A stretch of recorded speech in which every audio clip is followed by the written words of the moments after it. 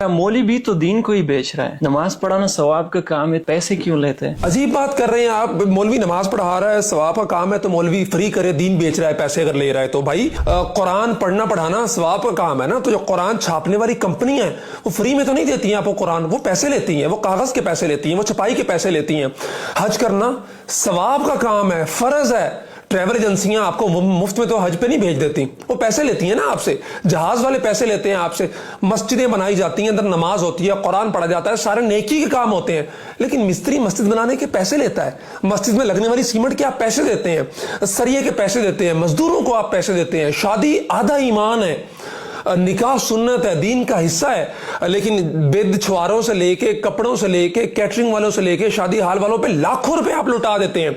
लेकिन अगर मौलवी को 5,000 रुपया, 10,000 रुपया निकाह जिसने पढ़ाना है, आपके इस रिश्ते को हलाल करना है, अगर आपको देने पड़ जाए तो आपको मौत पड़ जाती है।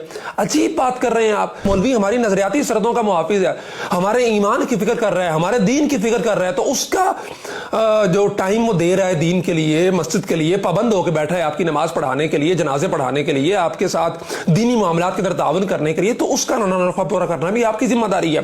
15-20 साल मौलवी बेचारे को हो गए, 15,000 20,000 रुपए तनख्वाह पे जो है ना वो नमाजें पढ़ाते हुए, आपकी दीनी जरूरियात का ख्याल करते हुए, अगर उस बेचारे ने तंग आके महंगाई के हाथों कह दिया आपको कि यार कुछ तनख्वाह बढ़ा दे, तो फौरन आपके मुंह पे आ जाता है कि जनाब ये दीन को बेच रहा है। अजीब बात है, बाकी किसी को नहीं आप कहते हैं। तो इस रविश को बदलना होगा।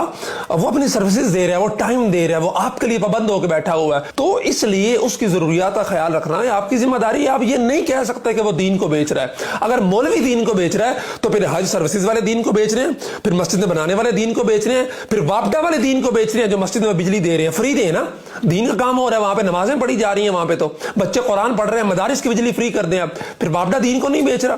फिर ये शादियों वाले, कैटरिंग वाले, शादी हॉलों वाले और दीगर साजो सामान तैयार करने वाले दीन को नहीं बेच रहे हैं। एतराज सिर्फ मौलवी पे इसलिए कि मौलवी कमजोर है।